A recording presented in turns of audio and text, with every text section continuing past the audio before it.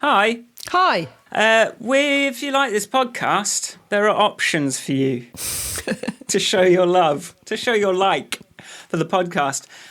Chief among them is subscribing. Chief. La-di-da. Which you can do through the app you're listening in right now, or wherever you're listening, or you can do it, go to grandpodcast.com. And there's a big orange button in the corner that will kind of guide you through depending on what device you're on. We have a Patreon. If you wanted to give us a regular coffee, that's possible.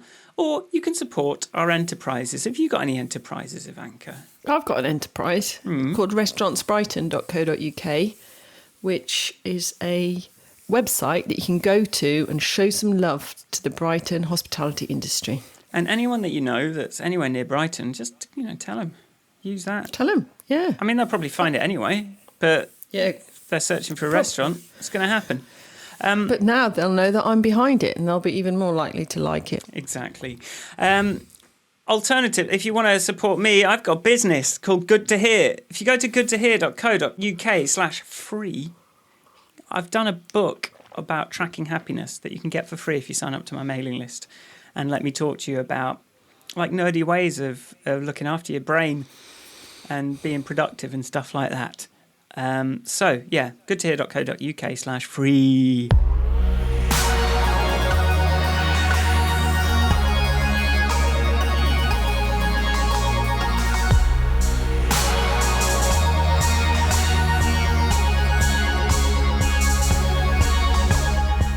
Hello and welcome to Michael and Ivanka's Grand Podcast, a weekly chat remote between London and Brach. Is that the city? That's the island. That's the island. Is there a town name? Sutivan. Sutivan. Okay, yes, of course. Sutivan to London. Yeah, it's basically Saint Ivan, and I'm Ivanka living in Saint Ivan. Isn't that?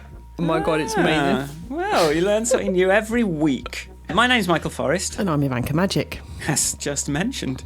And this week, we're going to try something a bit different because recently I have started fiddling about with TikTok.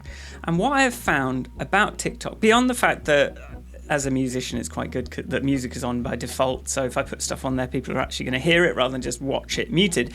The other thing I'm finding is it does not have a bubble in the same way that Facebook, Instagram, Twitter, everything else, you're sort of in this bubble and you only see the worst of other people's views through comments that they've just spammed out in this reactive way. What I'm finding on TikTok is you're seeing a breadth of views expressed concisely in the form of these short, 15-second to 1 minute videos, and people are actually, it's more about putting your point of view across, and then you're seeing what opinions are popular. Many objectionable opinions, but stated in a slightly that it's just going to take a bit more thought to dismiss them or just figure out what's wrong with them. And that's what I want to do this week, pick through a few of these TikToks that I've been bookmarking recently and just talk about why Ben Shapiro, Jordan Peterson, these pickup artist types, the Trump supporters, all these people that are kind of putting this content up. It's getting upvoted a lot. Let's engage with them on their own terms and just see if we can figure out. And maybe we'll change our views, but we probably won't change our views because these are pretty nasty views. So yeah, have you had a look at them? I've been sending them on the Slack. I've looked at some of them. What's your gut reaction? Well, I watched the Ben Shapiro I'd never heard of nor seen before. You obviously know who he is. As my daughter would say, I don't like his face. There's something about which is very childish. So then I had to listen to it again.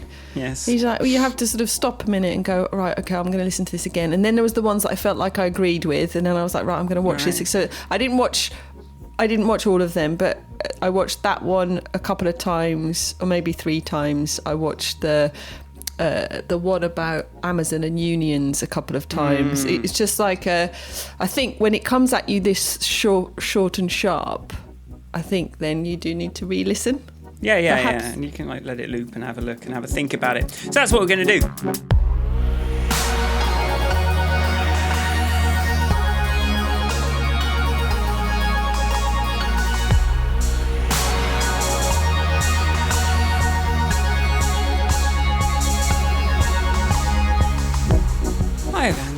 for the third time. How are you?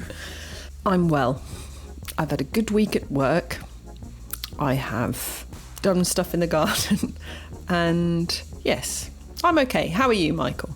That's it. I don't really. I mean, I know what, but it's true. Like the days and weeks are sort of blurring into each other at the moment because there really aren't any. It's just sort of like the day to day is so similar. And it's nice. I'm very. I have that sort of. I'm happy. I'm slightly afraid of unlocking down. So Sutivan Brach is unlocking. Croatia's unlocking, is it? Yeah, it's on. But I don't mean just from a point. Yet there has been a surge in cases on the island where we've avoided having them the whole time, and now suddenly we've got surge. But that's not really what scares me. It's like I've kind of got into this staying in with my family, and we have a little routine, and we're enjoying ourselves, and we're quite happy. And I don't really want anything to disturb it. It's kind of I can imagine myself becoming like a complete recluse. It's like I don't want to talk to. It's sort of. I think there's some weird psychologies around being in lockdown and then not being in lockdown. Yeah, like some people like dropped by yesterday to say hi, and it was like, what the. Go away. I don't know what to do. It's very strange. It is. It's like Harrow Road, where we are, is terrifying. Like, there's just like junkies wandering through everyone, kids everywhere, so many people. It just seems as busy as it ever did. Like, we just had to go to the co-op yesterday, and it was just like, I hate this. It's just chaos in London still. Like, all the traffic's back nearly. Like, though the streets were sort of like quiet for a while. Now everyone's just kind of back to it, and it's like, okay, I guess we just don't care. Like, about the tens of thousands of deaths or whatever it is now. Yeah, I think we definitely had this, like, as you entered this week, so the second week of unlocking or relaxing the rules, the general hubbub in the village got loud. I mean, this is a village, not a city, so the most you're going to hear are children shouting at each other and teenagers running and stuff, but, like, laughing. But suddenly the noise levels had gone up, and then I'm going to be interested to see what the reaction is, where we've gone from 0 cases to 2 cases to 9 cases in the course of a week. Get ready for some exponential growth. little mini exponential growth on the island. So, speaking of exponential growth, I had to stop myself from looking at my daily, like my numbers for my apps, because it was kind of taking up too much of my brain. And I said, look, I deleted the iTunes Connect app from my phone, and I just said, right, I'm just going to look at the weekly email that I get on a Friday. So I got my email this morning. It was like, hey, cool. I mean, it's not exponential, but it's sustained. So, until this, let's keep this going, because it's. And I even managed to, like, I had this thing where. The iPhone 11's got like 3 cameras, and there's a wide one and a telephoto. And this app that I've got is a camera app, and people are emailing going, oh, can I, use the wide angle? I'm like, yeah, that seems like a thing that you would want to do if you had that phone. But I haven't got one, and like worrying that I was going to have to shell out like 1,100 quid to get like an iPhone 11 to test on. But yesterday I was like, the guy, I said, does he want to do on test flight? I sent him a build that I think should work, and he sent me back a video showing it working. I'm like, hey, I don't have to buy an iPhone 11. Well, that's nice. Yes, so that's all going very well. I released a video yesterday as well, or I released a video last week about tracking happiness versus sleep, which is my second one in my series. And that's, I was hoping for the Withings retweet, because I'm talking about their watch. That's how I track my sleep, and I got that. So that's 50,000 followers they've got that saw that video, hopefully. Well, not 50,000, but a few people saw it through there. A couple of mailing list sign-ups. We're chugging along. We haven't sold any apps of those apps for 2 weeks, so whatever, or a week. But like, my long game is to get more and more people on this mailing list, so that I can I think people might not necessarily want the changes out, but maybe they want something else, because there's loads of things that I'm doing around all of that. But yes, so it's going okay, but I'm starting to kind of miss certain pre-lockdown things. But hey, like it's all good. I don't know, like just feeling that the feeling there's a sort of lack of freedom at the moment that I kind of want to feel like I could go somewhere or do something if I wanted to, because I kind of want a holiday still. I still haven't had that holiday. I think, I miss not having to worry about a pandemic, like it being a fantasy thing that's in movies and books rather than reality. I miss that. I miss it not being real. I miss. I'm suddenly I'm sitting there thinking, how long will it be till I see my mum? You know, it's like all these funny things where I'm like, I don't want to think about it. I'm only going to think about today, which is why I think I'm quite afraid of leaving my house. Do you know what I mean? It's because like, why I can pretend that this is, I can stay in and just focus on right now what's in front of me and not worry about what's going to happen next or what the possible outcomes are. So, I'm having a bit of that week, but otherwise really happy. So it's a bit of a trying to keep it, keeping it in a box with a lid on and peeking in every so often, going, no, I'm not ready yet. Sometimes like more freedom isn't always a good thing, and like it's weird how like once we've all got our kind of like emergency emotional response in a little bit at the moment as well. So I think a lot of people are probably going to be feeling a bit happier because suddenly it's not like some unnameable threat or sort of generalized feeling of anxiety. It's something you can actually like look at and do something about. And so I think that's probably quite good for mental health overall. Weirdly, yeah. But otherwise, I've been having a really interesting week at work. I've been interviewing people in Ghana and Kenya about education responses to COVID-19 and how they're doing edtech stuff. And it's been, one thing we've all concluded in all my interviews, that no matter where you are in the world, to a lesser or greater extent, you've got exactly the same challenges. Like, it's all these people go, it's not levelling, it's accentuating inequality. Of course it is. Absolutely. But there's categories of things that people are working on and trying to solve at the moment, and to a lesser or greater extent, everybody is affected by all of the categories. Do you know what I mean? It's like nobody, yes. So it's like it's just different levels and different responses and different challenges, and because anyone pretending on the same page for once. Yeah, so it's nice that we're all on the same page, and you know what you can talk about to a stranger. Like this, it's a bubble busting situation. It is, yes, yeah.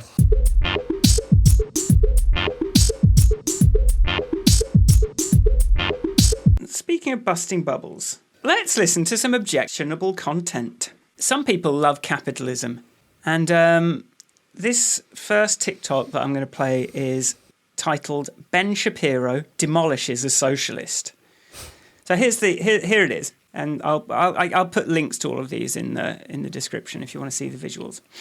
But here's the first one. So let's say you own a pencil factory. I'm a worker in that pencil factory. But without me, and presumably many others like me, to assemble the pencils, all you would have is a pile of wood, yellow paint, graphite, rubber, and aluminum. The owner of the factory carries the risk, therefore he gets the benefit. The workers in the company you mentioned, if that company were to go bankrupt, they would carry the risk as well as the benefit. If the company goes bankrupt and this guy has to pay off all of his debts, the worker may lose his job, but he's not the one who's going to incur the debt of having gone bankrupt. Okay, it is the investor who pays the downside, who invested in all the machinery, who sunk millions of dollars into making your labor productive. Because guess what? Your labor is without that machinery.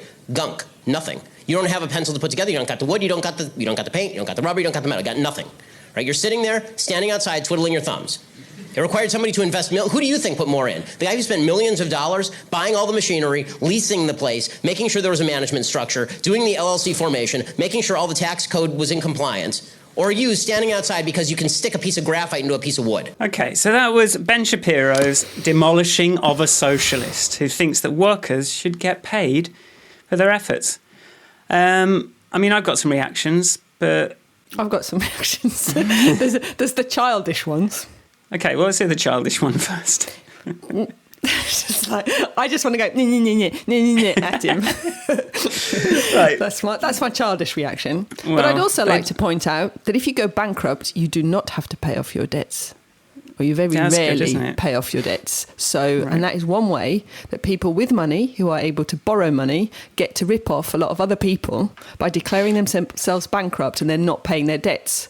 And who do you think pays? Who do you think pays? Yeah, it's usually the small businesses that don't get paid, the staff that don't get paid. So I would like to take that part of his argument off the table. Next, and also like the idea that no one could make a pencil without a giant pencil making machine seems a bit funny to me. Like I could easily make a pencil without a giant factory that makes pencils. And the only reason that I'm not able to have a successful business making, boutique pencils is that industrialization has put the tools in the hands of capitalists that allow them to mass produce them on such a scale that it puts a small business owner like me that wants to just make, special little pencils out of business because they can undercut the cost so much. And they're able to undercut the cost because they happened to have the capital in the first place to build that, to buy those giant machines. And where did that come from? That came from somewhere. Usually it came from, a legacy of wealth that you just had in the first place. Or they were simply able to persuade somebody to lend them or give them the money. I told you about when I went to Meaning last time, there was this thing about zebra companies versus unicorn. And there's this whole section of society that can't get investment. So, women, people of colour, all that sort of, it's like, there you are standing there, white man. You will be, When you go to the bank, they'll give you a loan because you sort of talk the right way, you're the right colour, and it arbitrarily is against people that don't fall into that default man category, as Grayson Perry puts it. Default man, yes. There's this risk angle as well, right? So we've established that, I'm taking the risk, so I should get the profit. Well, implied in this is that the worker's not taking any risk. And the fact that you've agreed, my daughter asked me what a contract was the other day. It's like, so when you say, I agree that I'm going to do some work. Okay, so anyway, so once you've agreed to come and work for somebody for some set hours during the day, you have possibly arranged some childcare, you've paid for some sort of transport, you have potentially purchased an appropriate outfit, you have chosen perhaps somewhere to live that's near that place, you have whatever, you have made, whether the risks are of the same magnitude if you only count them as money, we could debate that, but if I have very little, then buying a monthly travel card, a weekly travel card, to me, may represent an equally destructive loss that $1 million pencil making machine represents to you. It's like, I don't think that committing to work for someone is without risk. Yeah. And also, I was just thinking, like, when I make a decision to work for someone else, I'm sacrificing my ability to ever get a disproportionate benefit from it, like to sort of luck into something big. Like if I'm working for you, like the stakes are fixed for me, and you're the capitalist is the one that gets to take the cream off the top if things go well, and they give you like a token little bonus. But most of the time, I'm and for the illusion of stability, I'm sacrificing my ability to set up my own business. And the reason I can't set up my own business is because I have to work for a living. But there's a sort of opportunity cost of working. If you work for someone else, then you're not building your own thing. And a lot of us, would probably love to be building our own things, but we're sort of stuck in this cycle of having to work for someone else, which has this ceiling, has this limitation built into it that we can't succeed. I think even if you've not even if that's not what you're after, or that you've decided to hitch your cart to their wagon rather than somebody else's, you've maybe chosen not to learn something new and different. I think to say that when you start working for somebody that you're not investing is not. Yeah, we're investing in their business, by working for them. And just to say, and then if we just talk about the prospect of a failed business. So I'm a business, I've got this capital, I'm going to put it into this risky venture. How risky is... I think we've covered like the cost of your business failing is probably less bad to the capitalist than it is to the worker. As a small business, been on the receiving end of multiple people who have built massive debt behind their companies, called in the receivers, not paid their bills, and then reopened with a slightly different spelling of their name. I do not buy into this bankruptcy. Yeah, for some people, there are some people out there who will be devastated emotionally by the fact that they've had to declare bankruptcy, and they will. But that affects you. I'm not denying that. It might put you out of the ability to work for a couple of years or work in the way you want to, but it is not. It is absolutely not the end of days for many people. For many people, it's just a way of operating. Well, that didn't work out. I've even had emails from people going, "Oh, well, yeah, that company's not even trading anymore." I was like, well. It's just my biggest one of those was Grant Bovey and just working for him, and he's been bankrupt before, and he went, another company goes into administration. I'm the one that loses out on all the money on getting paid, having put loads and loads of work towards his product, but because he was taking stupid risks as well. Like, I'm just going to have one investor. And a lot of these startup companies, these unicorns, these different sort of companies in Silicon Valley, they're spending money that doesn't really exist. They're sort of, it's all this sort of speculative VC capital that's sort of going in, and it's kind of absurd. One thing I will say, though, about his persona and that video is it literally made me feel angry in every cell in my body. My actual legs felt angry. I'm not exaggerating.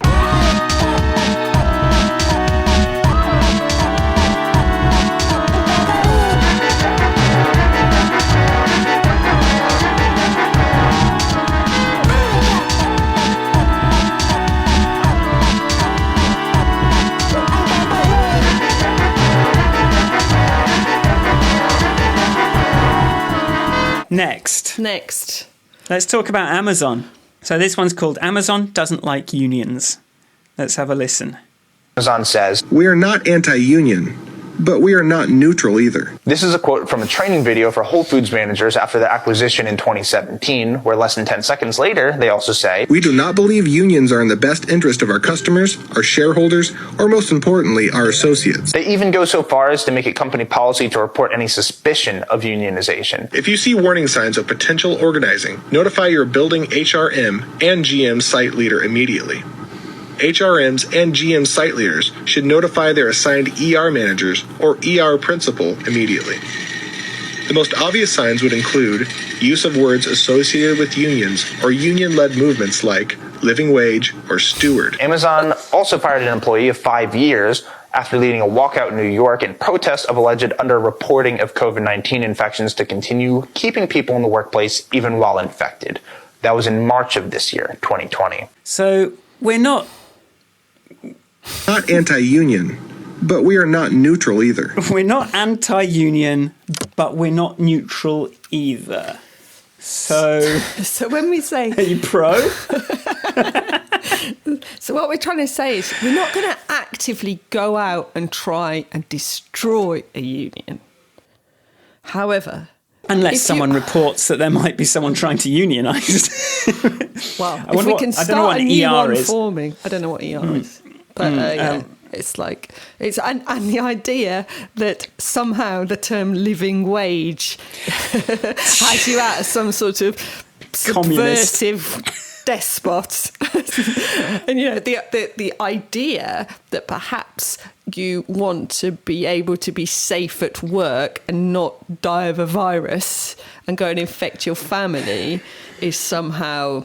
It's like, I don't want to work in a fire. Is that all right? I don't want to work when there's a pandemic and loads of people have got it around me. I've got kids. This coming from and I was glad that thing you shared on Facebook, Jeff Bezos wealth, like the million, where £1 million is like $1 million is like this tiny little square, and Jeff Bezos wealth, you have to scroll for days. And this is what I keep trying to say, like there is so much wealth in the hands of those people that we literally we just can't imagine it. So I mean, definitely look at the link in that to see how much Jeff has taken from those people, that he is so not neutral about unionising. But yeah, it's like, and then he lists like, we don't feel it's in the best interest of our shareholders. Yeah, shareholders. Might they have to share some of the sharehold with the workers? They should keep getting their money for doing nothing, shouldn't they? Just for having had some money. Oh, they took a risk though. Oh yeah, they could have the gone risk bankrupt. was they went, oh, I'll just put that here, and they have an option at any moment to go, oh, actually maybe I'll put that here. Oh, what a risk! You poor shareholders. Forget the person that spends. We're prizing time so much. I saw this thing like there's no resource that matters other than time. So all this idea that money is a thing. No, the people, we should really be like talking about how much time people are putting in, and those people are coming in on shifts many days a week. And and we do see stuff like it's not all that bad in an Amazon warehouse really, but considering the value they're generating. But this is the week. I sent you that link this week for that from that some sort of higher up tech dude has resigned with a public resignation letter talking about why he's left Amazon because of his co-workers not being supported. We should include that. They're leaving Amazon letter. Don't know if you checked the link, but I saw it. I saw the link. I didn't read it all, but he basically lays it out very clearly, like why that how can you be sitting there taking your six-figure IT salary? Well, why don't we have a quick read of it? How long was it? Where is it? Yeah, no, it's not too long. So May the 1st was my last day as VP and Distinguished Engineer at Amazon Web Services. So that's AWS. After 5 years and 5 months of rewarding fun, I quit in dismay at Amazon, firing whistleblowers who were making noise about warehouse employees frightened of COVID-19. What with big tech salaries and share vestings, this will probably cost me over $1 million pre-tax dollars, not to mention the best job I've ever had, working with awfully good people, so I'm pretty blue. What happened? Last year, Amazonians on the tech side banded together as Amazon Employees for Climate Justice, first coming to the world's notice with an open letter promoting a shareholders' resolution calling for dramatic action and leadership from Amazon on the global climate change emergency. I was one of its 8,000 signatories. When the resolution got a lot of votes, it didn't pass. 4 months later, 3,000 Amazon tech workers from around the world joined in the global climate strike walkout. The day before the walkout, Amazon announced a large-scale plan aimed at making the company part of the climate crisis solution. It's not as though the activists were acknowledged by their employer for being forward-thinking. In fact, leaders were threatened with dismissal. Fast forward to the COVID-19 era. Stories surfaced of unrest in Amazon warehouses, workers raising alarms about being uninformed, unprotected and frightened. Official statements claimed every possible safety precaution was being taken. Then a worker organising for better safety conditions was fired, and brutally insensitive remarks appeared in leaked executive meeting notes where the focus was on defending Amazon talking points, in quotes. Warehouse workers reached out to AECJ for support. They responded by internally promoting a petition and organising a video call for Thursday, April 16th, featuring warehouse workers from around the world with guest activist Naomi Klein. An announcement was sent to internal mailing lists on Friday, April the 10th. Was apparently the flashpoint. Emily Cunningham and Maren Costa, two visible AECJ leaders, were fired on the spot that day.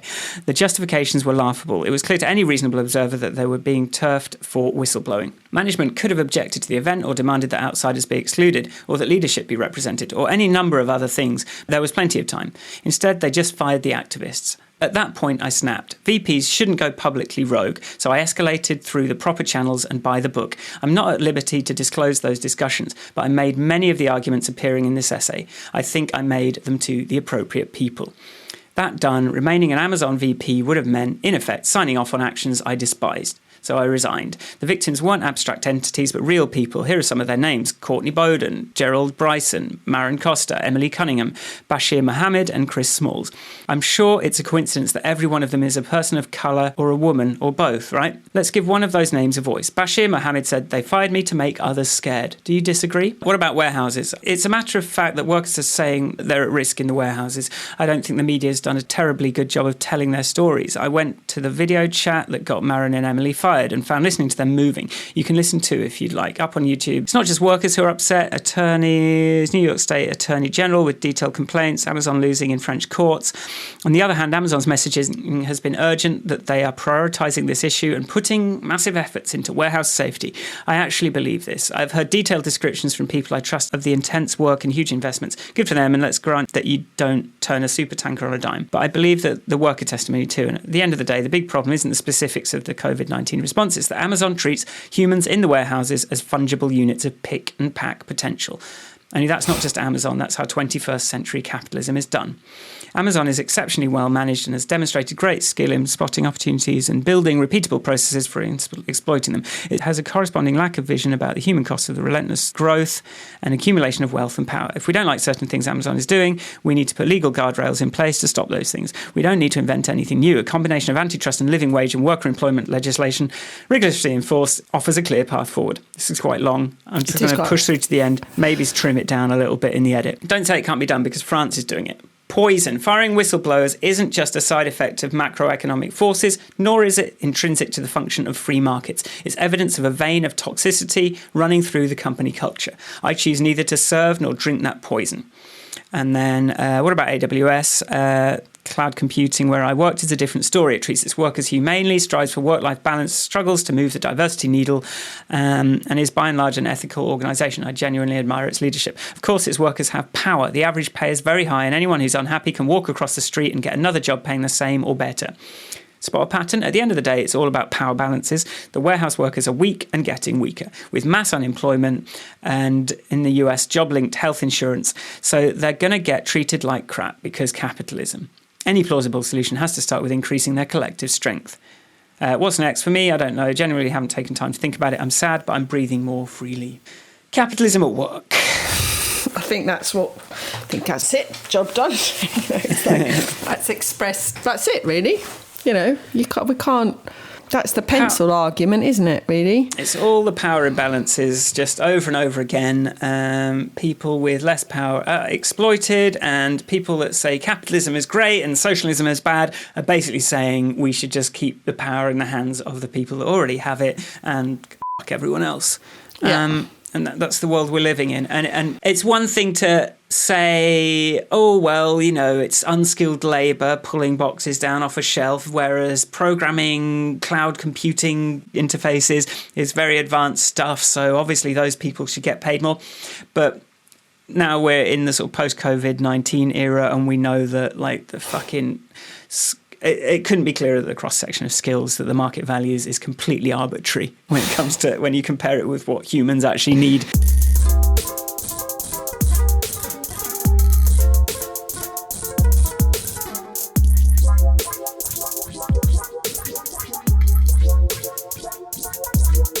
Should we have another TikTok? Maybe one or two more. Yeah. Ooh, toxic masculinity does not exist. Oh. This is a good one. So just to set this up, this is a young lady in a Trump shirt ranting about toxic masculinity. Toxic masculinity does not exist. Things that today Democrats have no patience for a few decades ago would just be considered as normal boy or man behavior. More and more of our schools have been treating girls as the gold standard for perfection and boys as off-brand girls. Since when has being a wild, normal, sometimes loud and hard to control little boy been toxic? They have been pushing our little boys to turn more feminine girls to somehow obtain this utopia of perfection because in their eyes, men are the problem. This is not a recipe for success, because now we just have a war on boys. The more and more we punish and disapprove of simple little boy actions and behaviors, the closer and closer we get to losing masculinity altogether. And since when has being masculine ever even been a bad thing? Because I hate to break it to you, but no woman wants a weak, passive, feminist man. We want providers, leaders, protectors, and yes, people to lift us up. No feminist, weak, woman-reliant man can get any of these things done. And it starts by letting them open the door. Right. Where do you start on that?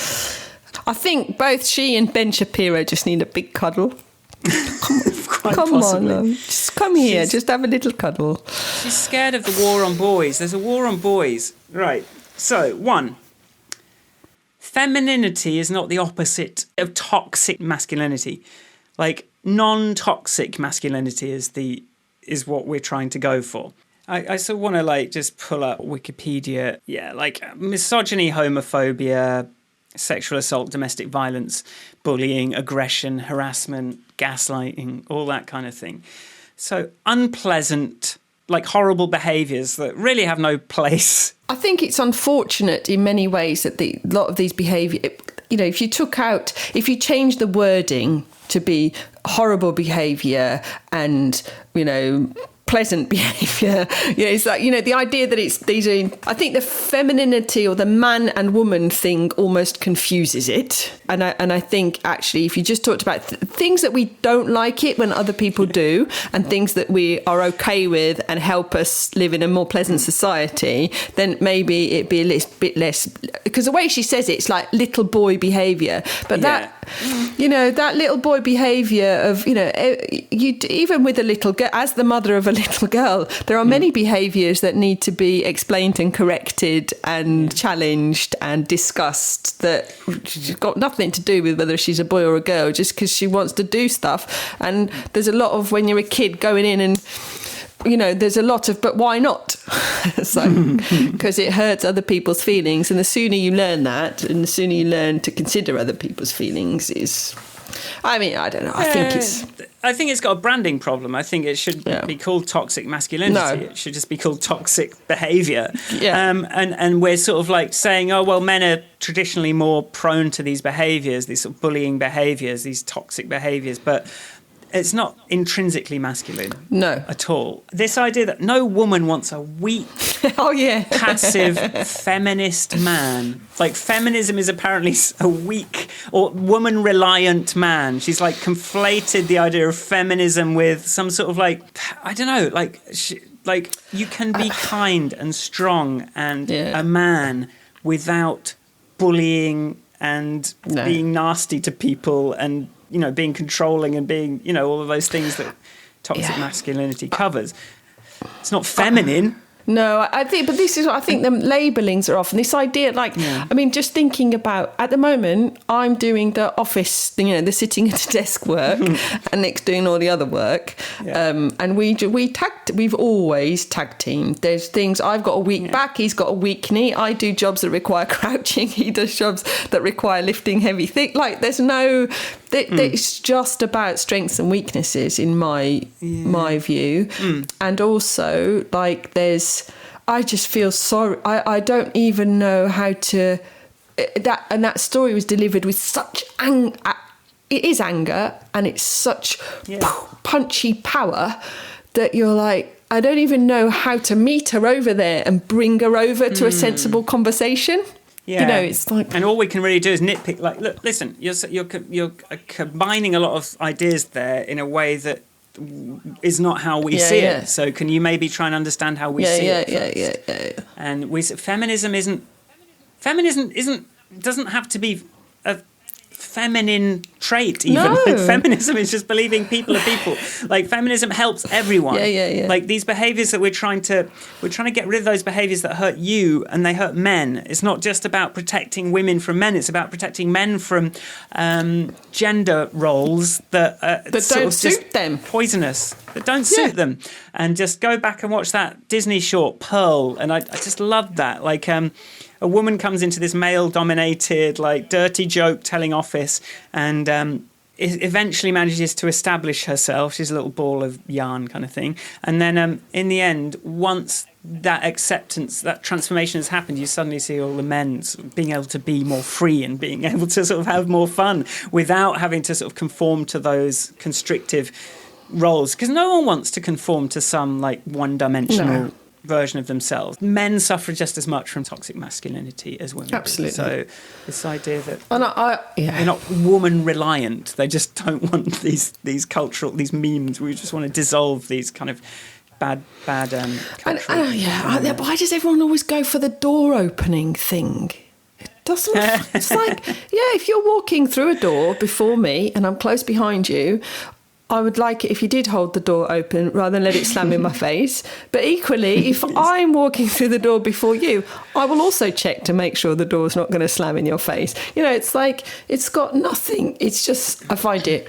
It's not a gender role. Although I think it should just be about who's on the side that it's easy to hold it open on, because half the time you end up like trying to do that thing with your arm and hold it from, like, here. No, you should hold this because you're on that side of it, so I can come. That's how we should do it, not gender.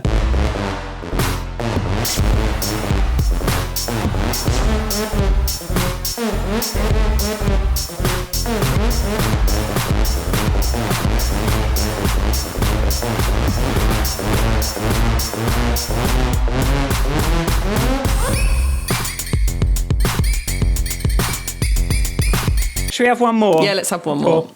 Let's have one more. So this next one. The fact that the vast majority of wealth is owned by men, the vast majority of capital is owned by men. Women do more unpaid labour. A very tiny proportion of men, and a huge proportion of people who are seriously disaffected are men. Most people in prison are men. Most people who are on the street are men. Most victims of violent crime are men. Most people who commit suicide are men. Most people who die in wars are men. People who do worse in school are men. It's like, where's the dominance here precisely? What you're doing is you're taking a tiny substrata of hyper-successful men and using that to represent the entire structure of Western society. There's nothing about that that's vaguely appropriate. So that's Jordan Peterson coming to the defence of men. And it's indisputable that men have a tough time in all of those areas. And this TikTok video, this guy's sort of written on it, countless variables lead to inequality, like the family you come from or the country you live in and many more, and that it's more complex than male or female. Now, the first thing I wonder about this is who's saying that men are the enemy in the first place? Tyrannical male. Yes, we're saying there's a patriarchy, and he doesn't like us pointing to the 1% and saying they're mostly male and white and saying that that's a problem. But the fact that it is mostly male and white is difficult to ignore. It's emblematic of something. But, but even with the prison population, it's, those statistics, like especially in America, they're mostly black. As far as I understand, the white prison population is much smaller or disproportionately smaller. There are, in the UK, it's more being in prison is much more to do with the fact that you've been in care than it is that you're male. I think closer to poverty than race. There's all sorts. It's yeah. like, and I think defending the patriarchy based on people who are also victims of the patriarchy is utterly disingenuous. Yeah, so why, Jordan, are you so keen on defending the patriarchy? Because you think that when you just said that most men aren't part of the patriarchy, like per se, what is your point? What are you trying to defend here? Yeah. Why is that so important to say when the power, that's already what's being said all the time by everyone? It's like, I'm trying to think of an analogy of like, I just think it's fundamentally patriarchy is talking about the people who are in power and the fact that the people in power are disproportionately male. It is not talking about the people who are suffering. And, in a way, he kind of counters his own, like, what is he famously? Anti-feminist? What is he? Well, famously, just a general sort of like men's. He's complicated, and right. I think we're going to want to come back to some of his things because, like, I had a big 2-hour argument with someone in this very room who was like citing Jordan Peterson, as I was like, "Hey, right, like, here are some things we need to talk about. And it's all about this like gender polarization. And I mean, he's saying like men have a bad time under patriarchy. Well, guess what? Women have a worse time. So it's like, just because men have a bad time. Well, this is whataboutism. This is saying, look, men get stuck in wars because of patriarchy and powered things. So that doesn't change the fact that women get paid less. You know, all those other things that she started with. But it also, like, you're just presenting further evidence of why the patriarchy's not working. Yes. Right, it's like, she's going, it doesn't work for women, and he's going, yeah, it doesn't work for men either. Somehow that's in defence of the patriarchy. It's like... Yeah, so the people in power, it's weird. Like, but like, it's basically, let's just fight among ourselves and let the patriarchy get on with what they're doing. Cashing in. Rather than joining forces and taking on the patriarchy. Yeah. And do we think Jordan Peterson is patriarchal? He's certainly got the tone. He's certainly got the attitude. He certainly has, yeah. Certainly got the reach and reputation of a patriarch. So, yeah, it's hard to stomach, really. It is. I like the face. I'm with the woman talking about toxic masculinity. I couldn't see the video when it was playing. I think you need the visual as well as sorry, podcast listeners, but it's actually the video element does add something. But out of curiosity, because I haven't I did go to their homepage. That's as far as I got. What is TikTok pretending to be? Is it a network or is it a platform, or what does it think it is? It's just like Instagram, but with the sound on and videos. It's sort of like it's like Vine or something like that. Right, it's just another crack at Vine. But I think the USP is the sound's on by default, and then they've got all the filters and all those other things. But you just don't. It doesn't have that thing where you just like read. Like Facebook and all those other platforms. But yeah, it's just like a video thing. There's a million of them, but like TikTok's happen to, again, you strike the right, you happen to fluke the right balance of features that seems to work. I think their USP was just sounds going to be on, which we sort of get used to being able to turn that off. So it's sort of like Snapchat as well, but more like a public, like it's got social network elements, but really, I think it's got a bit less emphasis on the social network thing and more emphasis on the content creation. Okay, yeah. All right. I think. But I'm finding it very interesting. I'd quite like to do this again because I think we have some... it would be good to maybe be able to put this up on TikTok, like our reactions to these things. Like that's something we should probably figure out. Maybe that's how we're going to become rich. Exactly.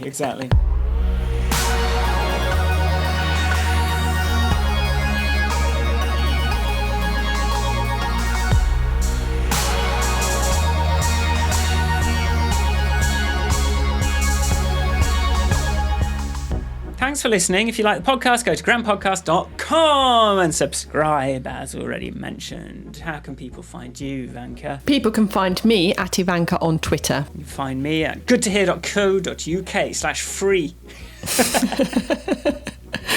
I'm going to keep banging on because that's what I'm trying to make work. If you want to come to patreon.com/grandpodcast, you can do that. Give us donations or whatever. And the links are always down below, and these come out on Tuesdays. So... anything else? No. Thank you very much for listening. Thank you. See, do you know what happened? I sent out the Grand Podcast mugs, and I finally got... I sent them out, but there has been a mug casualty. Like a week after this parcel went missing, Hermes... I contacted support through the thing, and I get this email last night. Unfortunately, our depot have confirmed that the contents of this parcel have become damaged within our network. Due to health and safety reasons, this parcel and the remaining contents have been disposed of at the depot. We appreciate that this is not the outcome you were hoping for. So there's one first dead Grand Podcast mug, to my knowledge. So there you go. You can get them on the website. All right. See you next week. Bye. Bye. Bye. Bye. Bye. Bye. Bye. Bye. Bye.